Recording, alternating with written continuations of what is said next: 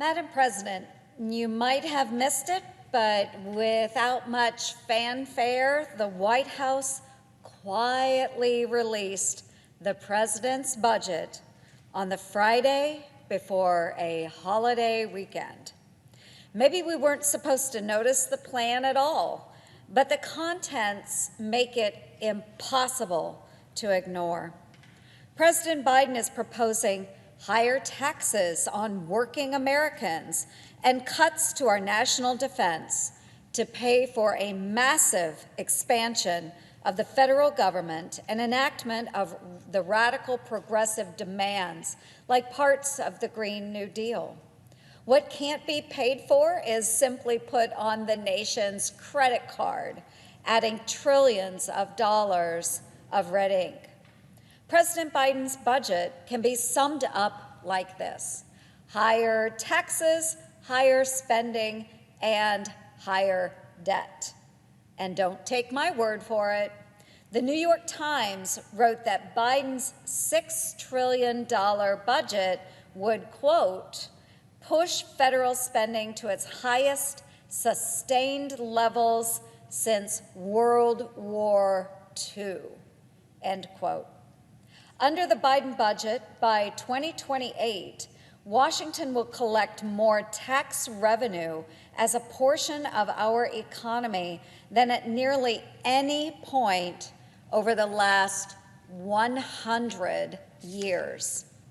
This tax collecting scheme even includes a retroactive tax increase.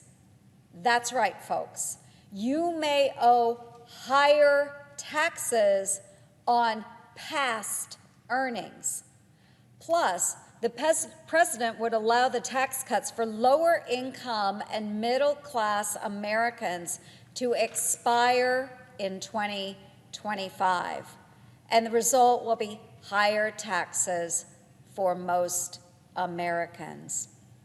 Higher tax bills will add additional burdens to Iowa families and small businesses already struggling with the rising prices and inflation being caused by Bidenomics. So what do you get in exchange for all of these new taxes? For the first time in nearly half a century, taxpayers would be forced to pay for abortions.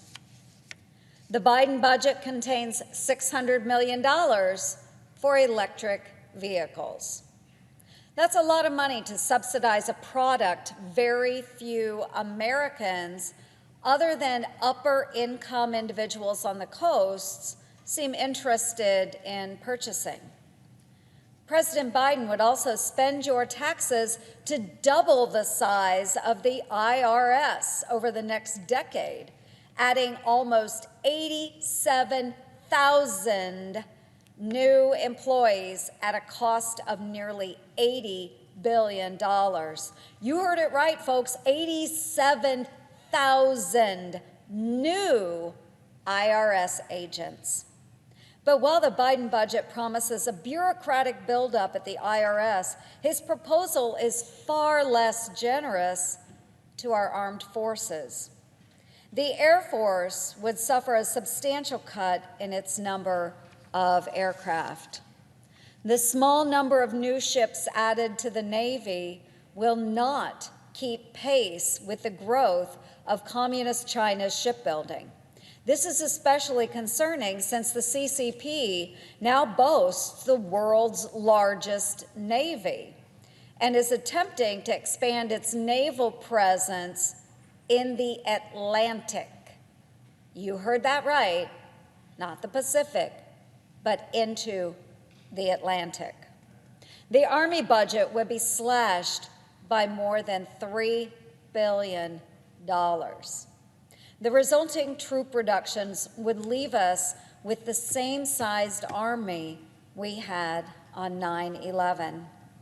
While essentially freezing defense spending overall, $617 million of the military's budget would be diverted to fighting climate change.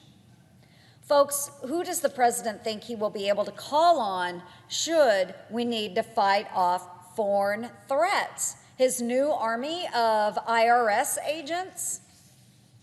We face new threats around the globe, and lowering our defenses, as President Biden is proposing, will only embolden our adversaries. Americans may fear an IRS audit, but Red China won't. When America last spent as much as President Biden is proposing, we built essentially from scratch the world's greatest military force.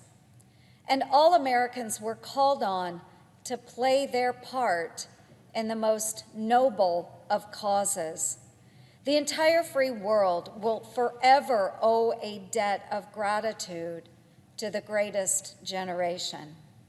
There is no denying that the sacrifices made by these Americans and the resources committed to their mission forever altered human history for the better. The same cannot be said about what is now being proposed, which will leave America weaker in the world, and the debt will be paid by future generations. The Biden budget is a bust for taxpayers and a boon for DC bureaucrats and tax collectors. With that, Madam President, I yield the floor.